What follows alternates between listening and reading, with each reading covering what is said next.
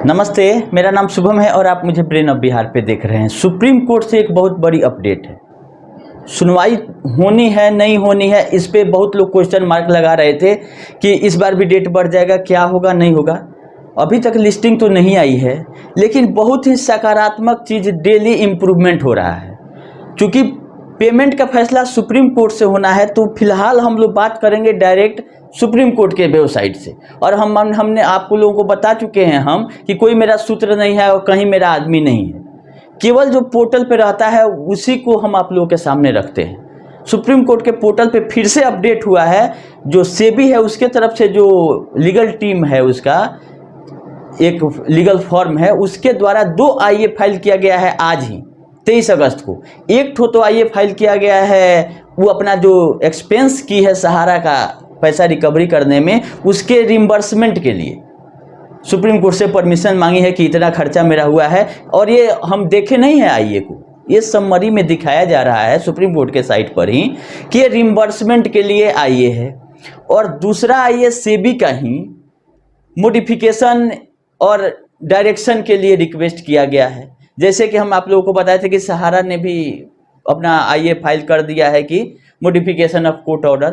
तो दूसरा पक्ष जो सेबी है, जो कंटेम्प्ट पिटीशन फाइल किया है पिटिशनर के तरफ से भी 2 आईए लग चुका है, वो भी 23 अगस्त के डेट में। ये बहुत बड़ा अपडेट था, क्योंकि जो लोग बोल रहे थे कि टल जाएगा अगला डेट मिलेगा, तो लग नहीं रहा है कि टलेगा इस बार। क्योंकि दोनों तरफ से अगर आईए फाइल किया जा रहा है, दोनों पार्टी एक्टिव है, तो कहीं ना कहीं ये है कि इस बार केस का निस्तारण होना ही है। क्योंकि जब अप्रैल में केस लिस्ट हुआ था, जब 22 को आदेश दे दिया गया कि अगला, तो उस समय दोनों तरफ के वकील, सहारा के भी और सेबी के भी, सहमति से कोर्ट में जाके मेंशनिंग करा के अगला डेट ले लिए। क्योंकि बहुत सारा आईए का जवाब देना है, लमसम 200 आईए पेंडिंग है 2014 से लेकर अभी तक। हो सकता है कि सारा दस्तावेज नहीं तैयार हुआ हो, हम लोग तो मान लीजिए बोल रहे हैं कि जानबूझ के, लेकिन बहुत सारा प्रक्रिया रहता है। और ये सुप्रीम कोर्ट है, यहाँ एक लाइन में भी इधर उधर हो सकता है। तो रिक्वेस्ट अगर किया गया है सहारा की तरफ से चाहे सेबी की तरफ से, तो कोर्ट ने मान लिया कि ठीक है 4 महीना बाद आप आइए। लेकिन इस बार डेट बढ़ने की कहीं कोई संभावना नहीं है, और ये दोनों पक्ष से जो आईए फाइल कर दिया गया है। और तीसरा एक अपडेट है कि 21, 22, 23 अगस्त को ही गौतम अवस्थी के द्वारा लमसम टोटल 19 एफिडेविट फाइल किया गया है।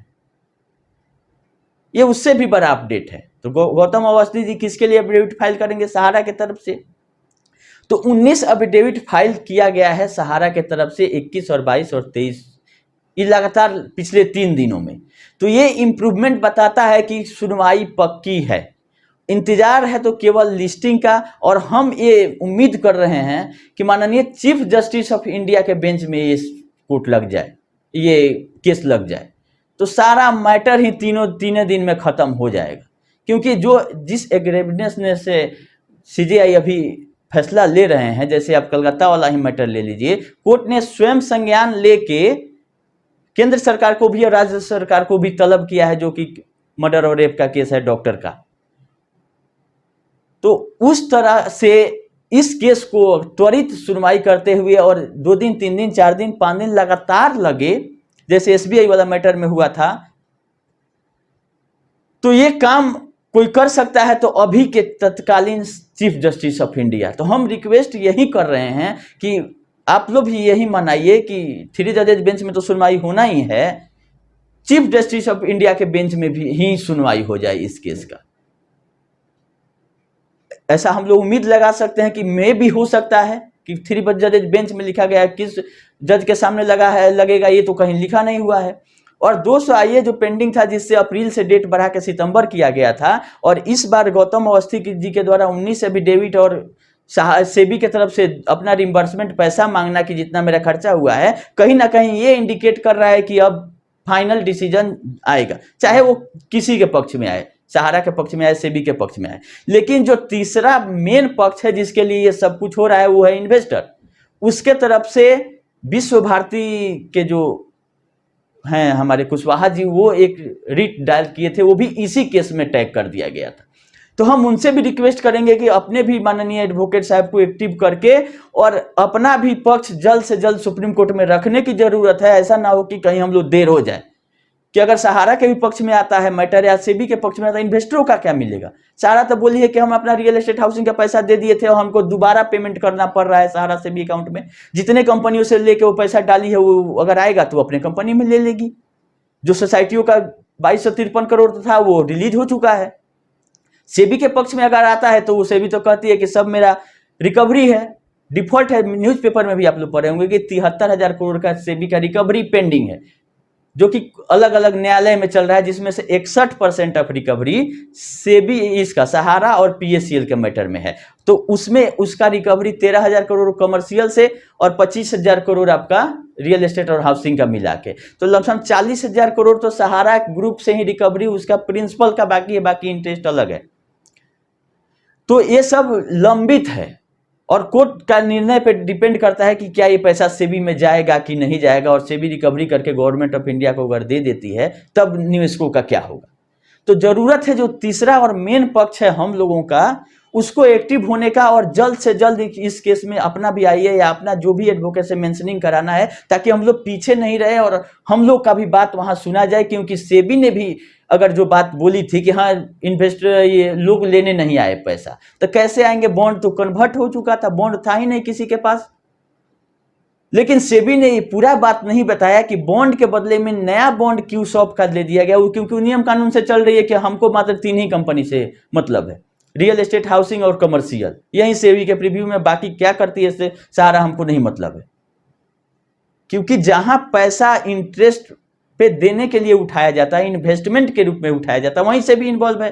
तो क्यू शॉप में ना ये बोली है कि इन्वेस्टमेंट है ही नहीं, सोसाइटियों उसके दायरे में आते ही नहीं, तो क्या जानती है? तो अपना पल्ला झाड़ ली कि हम तीसरे को नहीं जानते हैं, हमारा काम था रियल एस्टेट हाउसिंग का, अगर आप बॉन्ड लाएंगे तो हम पैसा दे देंगे। तो बॉन्ड तो सुब्रत है सहारा ने मंगवा लिया बिना पैसा दिए हुए, और लोगों को धोखा में रख के, एजेंट को धोखा में रख के बॉन्ड कलेक्शन कराया गया। ये तो मामला उजागर है बहुत दिनों से, हर एक कोर्ट में ये बोला गया है कि पैसा नहीं दिया गया, कैश में पेमेंट दिखाया गया और उधर रिसीविंग दिखाया गया क्यू शॉप में, इसी को कन्वर्जन बोलते हैं। तो ये सब मैटर सुप्रीम कोर्ट तक लिखित में कोई लेके जा सकता है, तो कोई एडवोकेट जाएगा, कोई जो उसमें केस फाइल किया है। तो हम रिक्वेस्ट यही करेंगे कि जल्द से जल्द इसमें लगा के लिंक किया जाए, नहीं तो अगर हम लोग पीछे रह गए और केस का फैसला आ जाता है तो ये अन्याय हो जाएगा। अगर सेबी के पक्ष में ही आ जाए फैसला तो इन्वेस्टरों का क्या मिलेगा?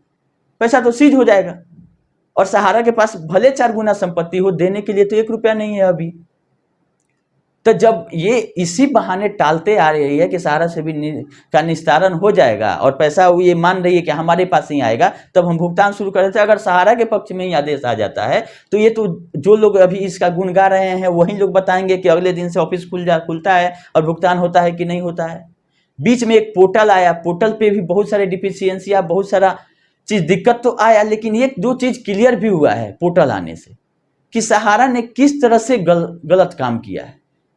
क्योंकि एक ही मेंबर का 4 ठो मेंबरशिप देना जो गलत था सहारा ने दिया, बिना इनकम टैक्स रिटर्न का जमा करा लिया, बताया नहीं कि हमको ITR चाहिए, तोड़ दिया। 1 लाख अगर जमा करने आप लेके जाएंगे तो 10-10 हज़ार का 10 को बॉन्ड बना दिया जाएगा कि आपको इनकम टैक्स से बचा रहे हैं, तो ये तो टैक्स का चोरी है। ऐसा नहीं होता है। अगर सेम डे में अगर 100 को बॉन्ड आप बनवा लेते हैं और एक ही आदमी के नाम से कि इनकम टैक्स बचेगा, तो ऐसा नहीं होता है। सब जोड़ के एक जगह एक काउंट होता है। लेकिन सबका फाइन पेनल्टी तो इस पे हुआ ही है समय समय पर, और बहुत सारा मामला चल रहा है। लेकिन फंस गए हैं जमाकर्ता, उससे ज़्यादा एजेंट, क्योंकि लोग समझ नहीं पाए थे इसका जो लेन देन था, जो चकमा देने का तरीका था, वो भी 2010 के बाद से स्पेशली लोग बोल रहे थे कि जब हम लोग काम कर रहे थे तो ठीक था, आज गड़बड़ हो गया। तो जब सहारा के पास सारा लाइसेंस था, RBI का लाइसेंस था और समय पे भुगतान हो जा रहा था, तो सहारा को अच्छा बोला जाता था। जब ये भुगतान करने में विलंब करने लगी, फर्जीवाड़ा पे उतर गई, रियल एस्टेट और हाउसिंग का पैसा नहीं दे के कन्वर्ट कर देना क्या है? फर्जीवाड़ा है, जो कि सुप्रीम कोर्ट में प्रूफ हो गया है कि भाई आपने भुगतान नहीं किया। अगर सुप्रीम कोर्ट में ये प्रूफ कर देती, मान लीजिए कि बड़े बड़े एडवोकेट को रख के कि हाँ सहारा ने भुगतान कर दिया, तो ये तो चैलेंज हो जाता हमारे न्यायपालिका के सिस्टम को कि बिना पेमेंट किए हुए भी बड़े बड़े वकील को रख के हमने प्रूफ कर दिया कि हमने भुगतान कर दिया। लेकिन सुप्रीम कोर्ट का सिस्टम ऐसा है कि उसको ये भेद नहीं पाए, और लास्टली नहीं माना कोर्ट ने कि अगर आप भुगतान किए हैं तो आपको अकाउंट में करना था, जब तक अकाउंट में नहीं कीजिएगा हम नहीं मानेंगे, काम खत्म। इतना ही कोर्ट ऑर्डर दिया है। अब रहा बात कि हमने RTI भी किया था कि अगला सुनवाई है कि नहीं है सेबी में। इसके पहले किया था कि कितना का प्रॉपर्टी आपके पास मॉर्गेज है या अटैच है या नहीं है, उसका लिस्ट दीजिए। तो 71 जगह का संपत्ति का लमसम 2013 का वैल्यूएशन रिपोर्ट के हिसाब से 20,000 करोड़ का डीड जमा था सेबी में, वो लिस्ट हमारे पास आया था। अब हमने पूछा था कि जो प्रॉपर्टी है वो किसके नाम पर है, जमीन मालिक का नाम बताइए, क्योंकि जमीन मालिक अलग अलग हैं, अलग अलग कंपनियों के नाम पे संपत्ति था। तो इसमें ये बोल के टाल दिया गया है कि ये बहुत लंबा चौड़ा डाटा है और अलग अलग ऑफिसेज में मेरा है और फाइल वाइज मेंटेन किया हुआ है, तो ये संभव नहीं है कि आपको सबका डिटेल दिया जाए, और आरटीआई में ये परमिशन भी नहीं देता है कि देंगे, इसको कह के टाल दिया है। हमने ये भी पूछा है कि अटैचमेंट किस किस कंपनियों का है, तो बोली है कि मात्र 3 कंपनियों का रिकवरी और अटैचमेंट से हमको मतलब है, और उसके चारों डायरेक्टर से। तो सेबी ने अपना पल्ला, और ये भी हमने पूछा था कि वैल्यूएशन रिपोर्ट आप एमबी वैली का दीजिए, पटना वाला जमीन का दीजिए, तो वो बोल के ये मना कर दिया कि बहुत लंबा चौड़ा डाटा हो जाएगा, ये देने लायक नहीं है आरटीआई में, ये पर्सनल इंफॉर्मेशन हो जाएगा। लेकिन हमने पूछा था कि आप ऑक्शन कितने प्रॉपर्टी का कर चुके हैं, तो वो डाटा दिया है। लमसम 5 जगह के प्रॉपर्टी का ऑक्शन सेबी ने किया है, और 5 जगह का जमीन को बेच के सहारा ने पैसा सहारा सेबी में जमा किया है। ये डिटेल दिया गया है मात्र 5 प्लेस का, जिसमें पटना का नाम नहीं है। हम पूछना चाह रहे थे कि पटना और जगह पे जो जमीन बिकी है उसका इंफॉर्मेशन सेबी को है कि नहीं है, तो इसमें यही लिखा गया है कि 5 जगह जो है, मदुरई है, चेन्नई के साइड का जमीन है, उससे 226 करोड़ रुपया सहारा ने जमा किया है और उसका ओरिजिनल डीड ले गई, और 5 जगह का ऑक्शन सेबी ने किया है जिससे 126 करोड़ रुपया आया, और ये सारा रुपया मिला के आपका 15,775.50 करोड़ रुपया होता है प्रिंसिपल अमाउंट जो कि जमा हुआ है, जबकि टोटल जमा करना था इसको 25,781 करोड़ रियल एस्टेट हाउसिंग के मामले में प्रिंसिपल अमाउंट। लोग कहीं 17,000 बोलते हैं, कहीं 30,000, ऐसा हम नहीं बोलिए। आरटीआई का जवाब मेरे पास है और मेरे नाम से है। ये इसमें बोला गया है कि 17,775.50 करोड़ रुपया है सेबी में जमा है सहारा का प्रिंसिपल, जो विथ इंटरेस्ट 20,894 करोड़ 31 मार्च 2024 के डेट में सहारा सेबी में है, और वो 5 करोड़ देने के बाद, मतलब 15,000 करोड़ प्लस 5,000 करोड़ उसका इंटरेस्ट आज के डेट में मान लीजिए आप, तो 20,894 करोड़ 31 मार्च 2024 तक था, 6 महीना का उसमें ब्याज बढ़ा होगा।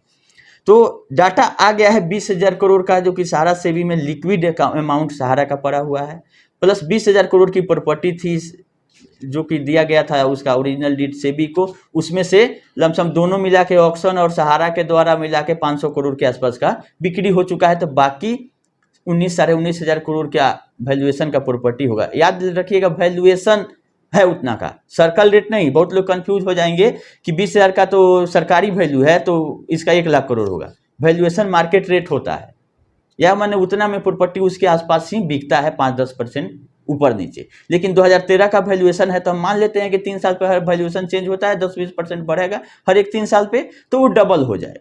तो लमसम 40,000 करोड़ का प्रॉपर्टी दिया है। अब इसमें यह भी क्लियर हो लीजिए कि केवल टोटल प्रॉपर्टी का डिटेलिंग नहीं कि सहारा के पास इतना ही प्रॉपर्टी है, बहुत लोग कंफ्यूज हो जाते हैं। तो टोटल ऐसा नहीं है कि 20,000 करोड़ का प्रॉपर्टी सहारा का है, जो सेबी में ये लिस्ट अपने से दिया है वो इतना का दिया है, जिसमें 71 जगह का लमसम 7,000 एकड़ जमीन का डिटेल है और टोटल 3200 डीड है। ये क्लियर हो लीजिए, क्योंकि इसका जो बोला जाता है कि एमबी वैली 10,000 एकड़ में फैला हुआ है, तो टोटल प्रॉपर्टी जब सेबी के पास 7,000 एकड़ का है तो और भी इसके पास प्रॉपर्टी हो सकती है। तो ये सब चीज को क्लियरिटी से आप लोग जानिए। हम किसी का पक्ष और किसी का ये बुराई करने के लिए नहीं है, जो सच्चाई है वो बताने के लिए। लेकिन अब मेन फोकस हम लोग का सुप्रीम कोर्ट पर है कि सुनवाई लमसम तय है कि होगी ही, क्योंकि इतना इम्प्रूवमेंट होना बहुत चीज़ बोलता है। और सेबी में हमने आरटीआई करके भी पूछा था कि क्या सुप्रीम कोर्ट में कोई डेट लगा है, आपको पता है, आपको कुछ नोटिस है, तो इस आरटीआई में भी लिख दिया गया है कि जो हियरिंग है वो शेड्यूल किया गया है 3, 4, 5 सितंबर को, और इस आरटीआई का जवाब हमारे पास कल आया है। 10 तारीख को हमने आरटीआई किया, 10-15 दिन के अंदर हमको ये आ गया है। 10 अगस्त को हमने किया था और इसका जवाब हमको 22 अगस्त को आ गया है। और इसमें बहुत सारा चीज़ नहीं बताया गया, चलिए जो बता दिया गया उतना ही बहुत है। और फाइनल डिसीजन तो आना है आपका माननीय सुप्रीम कोर्ट से, और वो उस दिशा में अच्छा चीज़ हो रहा है कि इम्प्रूवमेंट हो रहा है, लग रहा है कि इस बार मामला फाइनल हो जाएगा। जैसा अपडेट रहेगा करते रहेंगे, अभी ज़्यादा टाइम नहीं लेंगे, वीडियो फिर लंबा हो गया, लेकिन क्या कीजिएगा, ऐसा ऐसा बात रहता है कि बताना पड़ता है। फिर जैसा अपडेट रहेगा तुरंत हम आप लोग को बताएंगे। नज़र सुप्रीम कोर्ट पर ही है, क्योंकि कुछ भी होना है वहीं से होना है। धन्यवाद।